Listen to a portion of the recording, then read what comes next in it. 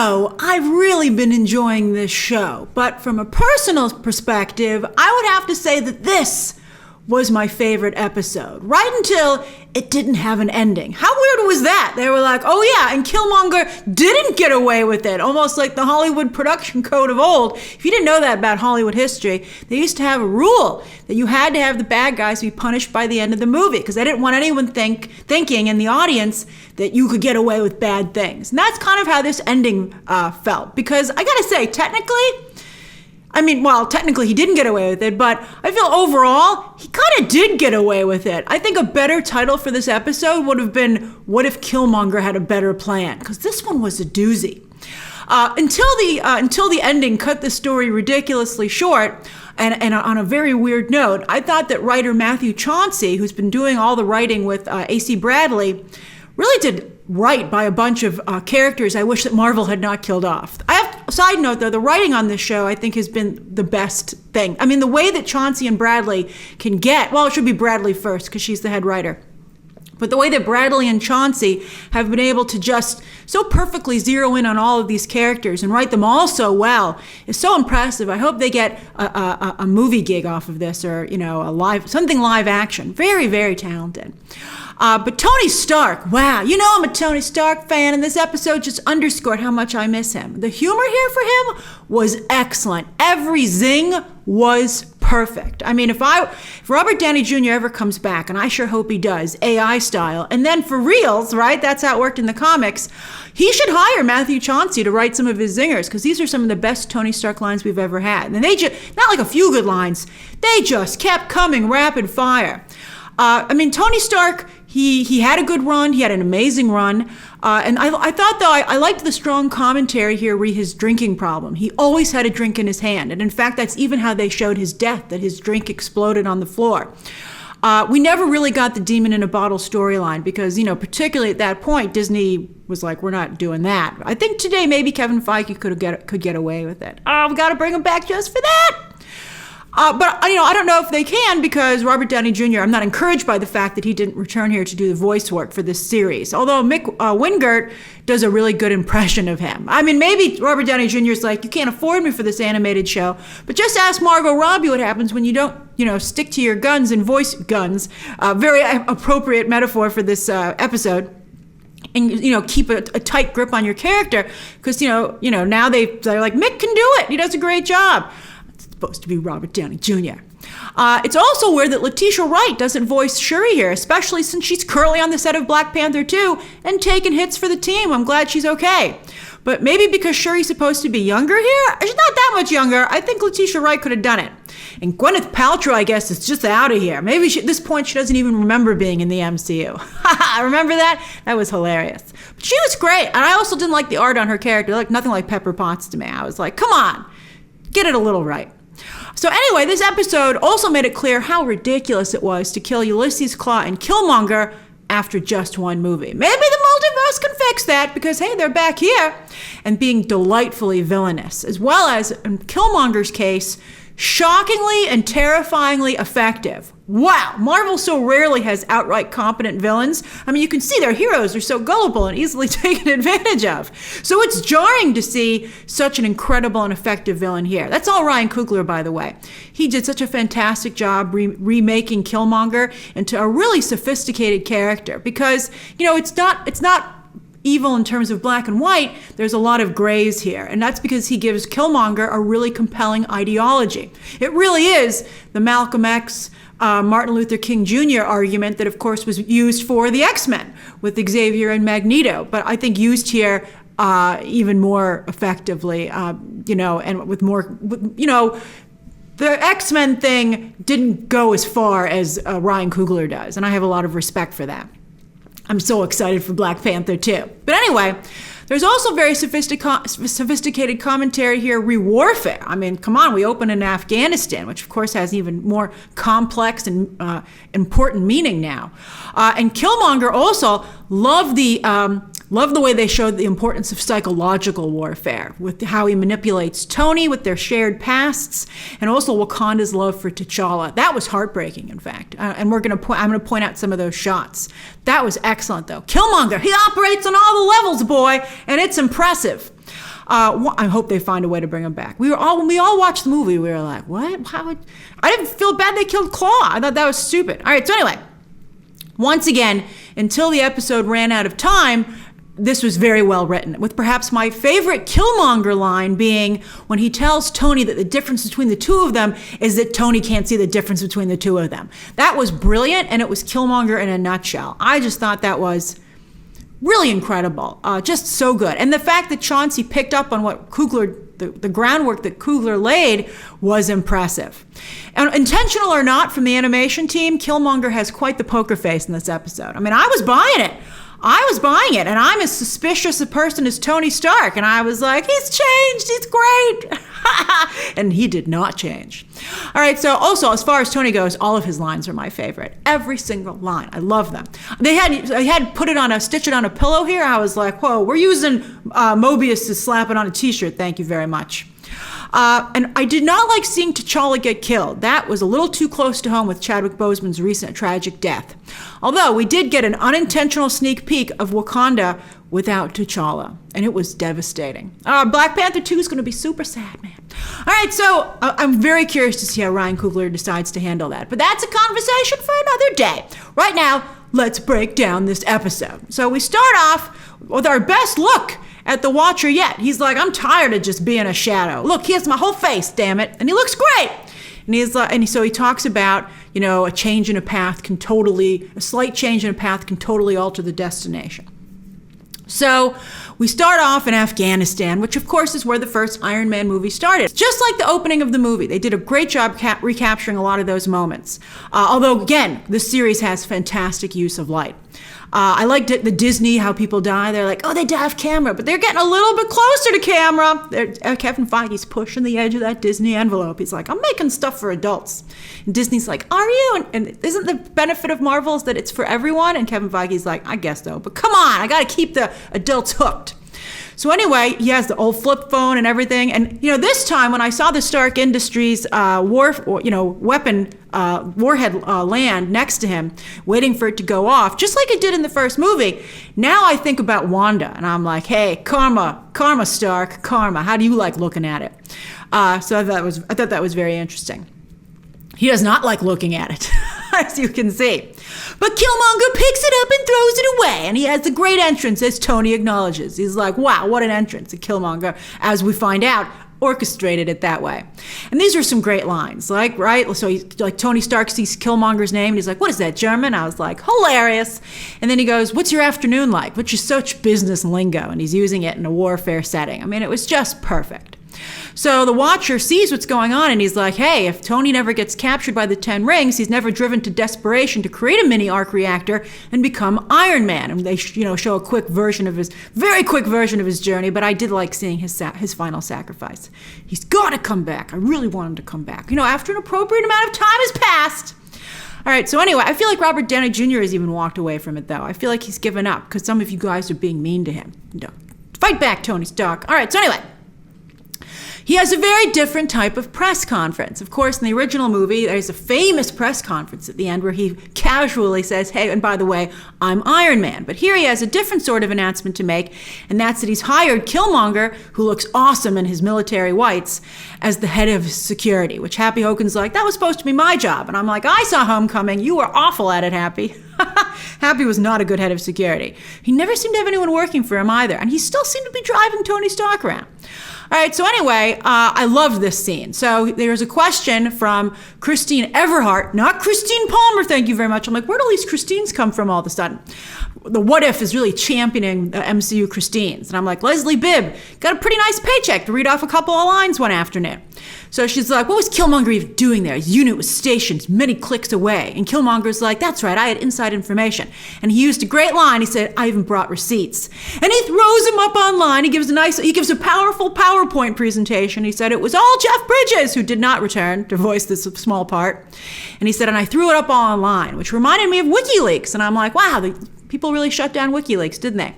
All right, so we go to Tony Stark's house. Oh, I love that house. When that was killed in Iron Man 3, it was one of the worst MCU deaths, in my opinion. That house is gorgeous.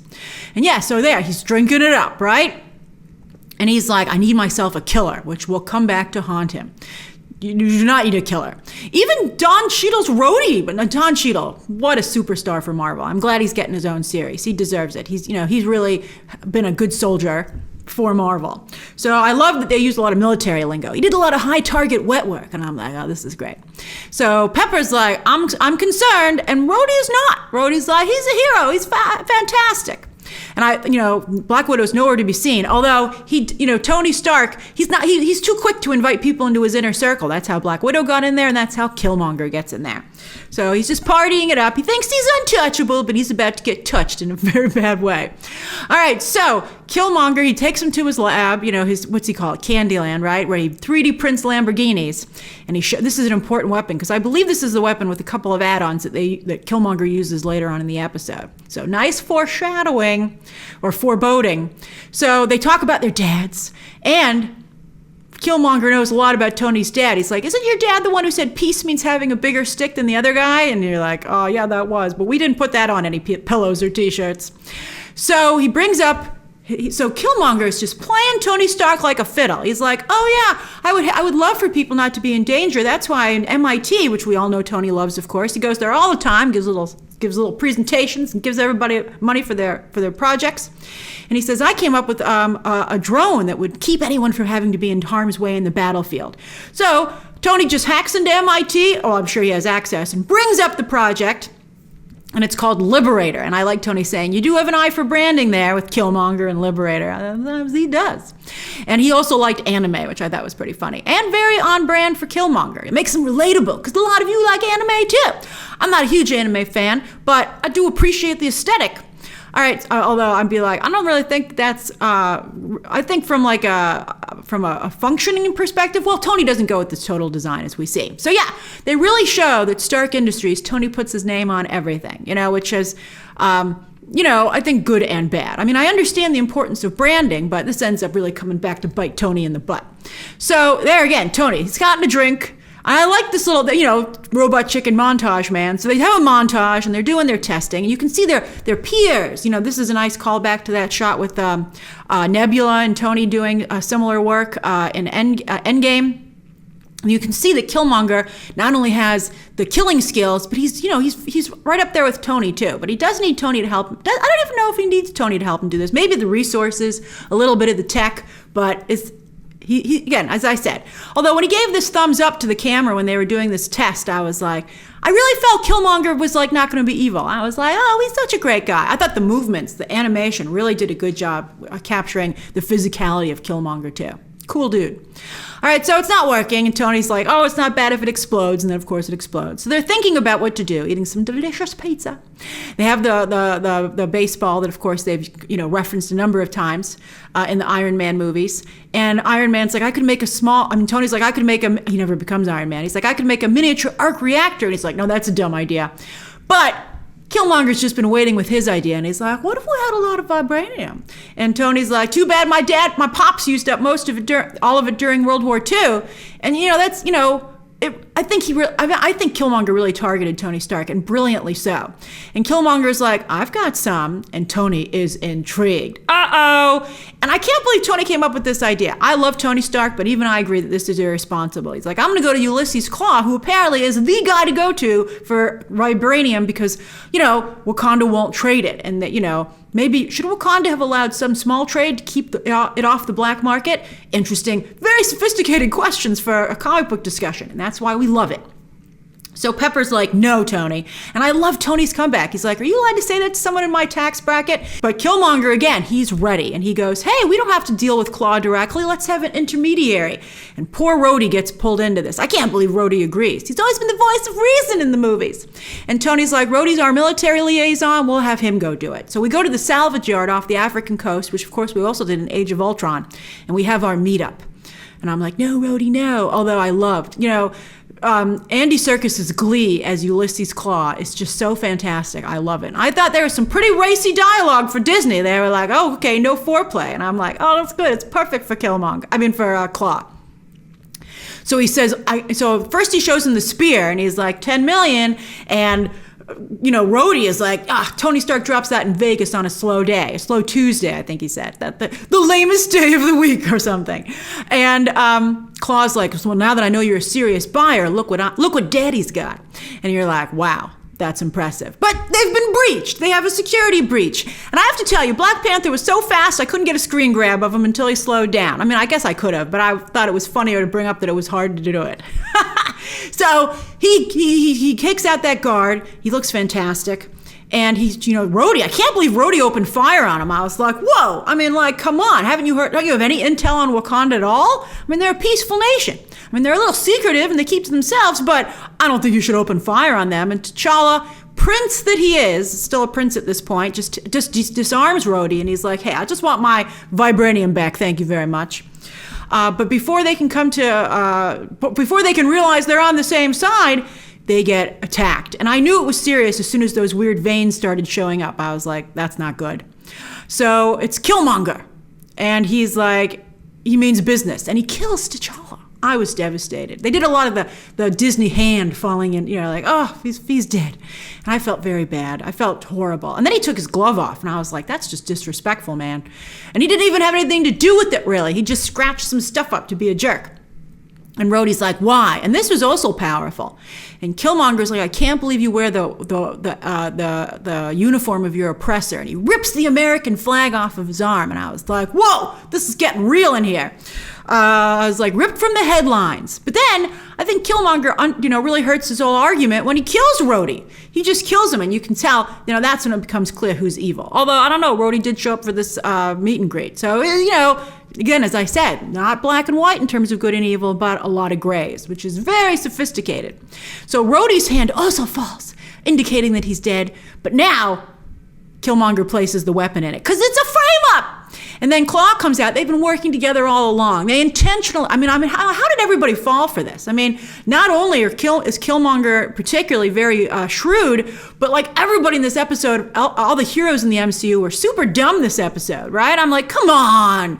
Like, Okoye didn't see right through this. Like, it just maybe was a little too easy because he leaked that they were going to have this meetup, and that's how Black Panther showed up. So we got 2 coffins. Very sad. Particularly because of the fact Chadwick Boseman has actually passed away. And, we'll talk about Angela Bassett's Queen Ramonda a little bit later, because I love what they did with her here. But you can see Shuri's much younger. And I can't believe that Killmonger actually had the gall to salute the person he killed. I mean, that's cold. That's cold. And then you can see in this timeline, T'Chaka was never killed. So he's at the true UN this time, and he's saying it was James Rhodes, and for Stark Industries, talk about, corporate espionage, they killed his son. But Tony's onto him. And I don't know why, has a drink in his hand, so maybe that's partially why he's making such bad decisions. But I don't know why Tony's, this always happens when the hero's like, it was you, and I know it was you, and I'm going to do something about it. And I'm like, why would you give him the heads up? But he does. Although it gives us some of our best lines. So Tony's like, don't play Clue with Jarvis. He sees everything. And he sees that you are the killer. And he's like, and Killmonger's like, the police will never get here in time, Tony. And Tony's like, I don't want the police. I want justice. And he locks the room down. And then one of my other favorite lines is when Killmonger laughs at him and says, what are you going to do? Get Pepper to kill me for you? Oh, I loved it. I thought that was so great. And I think, Pepper, of course, never handled that, but, Tony would outsource that. So I thought that was a great line. But Tony has outsourced it, but to the Liberator, which he stuck his name right on it, right on the front. So it's not going so well at first, but then Killmonger, and again, Tony's got that drink in his hand, and he should have left. He should have done a Dr. Evil and just assume it all goes to plan. Because, I gotta say, during this episode, a lot of times Wakandans with the Vibranium were able to win gunfights with a knife. And I'm like, I still don't totally buy that, but it looks cool. So he takes out the Liberator drone with the spear, and then he gets Tony. And I can't believe this killed Tony. It just got him in the arm. I was like, how did he die from this? Maybe loss of blood? I don't know. But it didn't seem like it would kill him. And then that's where we have that great exchange about how if you can't see the difference, that's how we're different. So the military, I don't understand. So they assume it was a Wakandan assassination, which I yes, I can see how they would jump to that conclusion. I don't know why they're not more suspicious about Jarvis being wiped. I'm like, how did that happen? There's not a backup for Jarvis? I mean, I can't believe that Tony wouldn't have better security for himself. I mean, that's on Tony, that his murder wasn't so easily solved.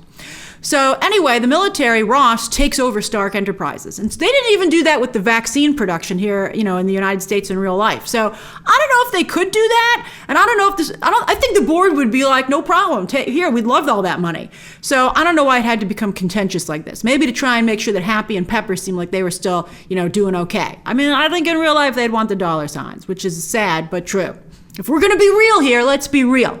So they're marching out. They're like, you invented 21st century warfare. And they got all their drones, and they're flying them out, and Killmonger's leading the way. And Claw's like, I love what you did with my Vibranium. He's so happy, but he sees how vicious Killmonger is. I don't know why he doesn't see that it's coming his way, but it is. So he's like, here's Wakanda. I don't know why Killmonger had such a hard time finding it. I don't think Ulysses Claw seems particularly intelligent to me. So he's like, here it is. And he's like, I want to get out of here before the Dora Milaje show up. And Killmonger's like, you're right, the Wakandans are unpredictable. And he shoots them, just like he did in the movie. And he uses him he uses Claw as a ticket into Wakanda. And here we go. He goes to the Dora Milaje. I'd be like, that's nice, thank you. Here's a thank you card. Come again. But here's where it's so brilliant. Killmonger is using the death of their son, which he of course did. He not only orchestrated it, but is the murderer. He's playing on their emotions at the loss of a son to offer up himself as a replacement. It's brilliant psychological warfare. So he shows. Only Shuri is like, who's this jerk? So he shows up and he's like, hey, I'm here, and my father would want us all to be together, family feels and all that. And he said, and Okoye gets America again, where she's like, these are built by Americans. We'll be done by lunch. But Killmonger's like, no, they have vibranium in them. I have a plan, and we're going to let them in, and that will shut down their communication with Jarvis once we put the force field back up, and they'll go offline. And I don't know, I'd be like, I'll let one in and see what happens. Let's go, just go get one and drag it in first. But T'Chaka turns to his wife and he says, what do you think, General? And I'm not sure. She has the Dora Milaje uniform on, but she seems to be leading all the troops. But with all respect to Okoye, I love the idea of Queen Ramonda as the head of the Dora Milaje and being involved with military stuff. I thought that was great. And I love the way this was done, that at first there's just a lone drone on the horizon, and then there's a bunch of them. Uh-oh, that's fantastic. It reminds me of driving on the road at night. You're like, why would anyone do that? But it's very cinematic. So I guess they don't light battlefields. But anyway, we go to the drone command center all the way in Nevada, the safety of Nevada. So again, interesting commentary on drone warfare. And there's Ross, and he's just able to command this from far away. No Americans are actually in harm's way. So they march they lift the force field and they reveal Wakanda. I'm surprised no one was, I guess it was just, they thought it was an empty part of land. But it's like when the Black Widow program was hiding in the sky and they're like, no one's found us. I'm like, really? The Earth's not that big anymore in terms of technology. But anyway, they let them in.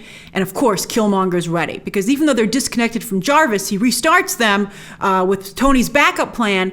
And he says, Tony was such a villain. I'm like, oh, way to twist the spear there again, Killmonger, because he wants to prove his worth. So they come back online, and I loved seeing an old-fashioned battle. You so rarely see that anymore because of the way military warfare has changed, because of the American Revolutionary War and Native Americans, by the way, who the Americans took a lot of their tips from after getting their butts handed to them by the Native Americans. So anyway, I thought it was interesting to see like an old school battle where two armies charge each other on a battlefield, but with modern technology, Wakanda versus an army of drones. And I thought Wakanda really held their own, impressively so. I mean, they looked great. I particularly like this one shot of this soldier behind his force shield. He just seemed like such a cool, noble guy. I thought that was great. And I thought that was important to highlight, all of the soldiers instead of making it seem like a faceless, as Wonder Woman says, and hey, the Queen's on the battlefield with her people, so Wonder Woman would be very proud, but it's not good when generals and leaders just let other people fight for them and aren't on the battlefield themselves. So they charge, hold the line, and then the Dora Milaje coming up behind them use them as a ramp, just also like Wonder Woman, to jump over and attack. And I thought that was very impressive, and I loved seeing it. Then Killmonger jumps on the rhinoceros. I'm like, oh no, we're missing Daniel Kaluuya, Oscar winner Daniel Kaluuya. Where is he?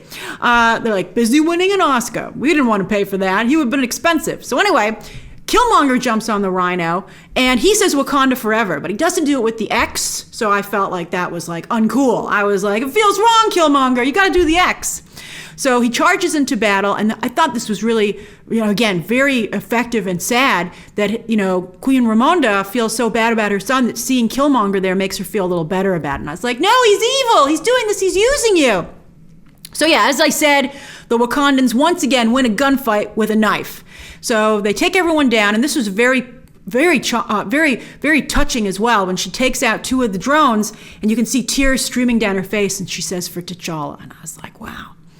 And the Americans lost, drone uplink offline. And then they have a callback to, of course, the sunset, which is where Killmonger passes away in the first movie with T'Challa by his side. But here, he becomes Black Panther because T'Chaka totally falls for it. And he says, this is your home. And Killmonger's like, I'd like a little more than that. So he takes the herb and he goes to the terrain, the astral plane, where he sees his ancestors. And I thought that T'Challa was a little bit too kind here. He should have been like, F you, man. But he's like, what's he say here? He says, power unearned can be a very volatile force. And I'm like, but he kind of did earn it. And I think that if they hadn't put that sloppy ending at the end, just like all of a sudden Killmonger didn't get away with it, he would have. And I think that's an important commentary on how you should really keep your guard up, because sometimes you can't, sometimes mistakes can't be fixed.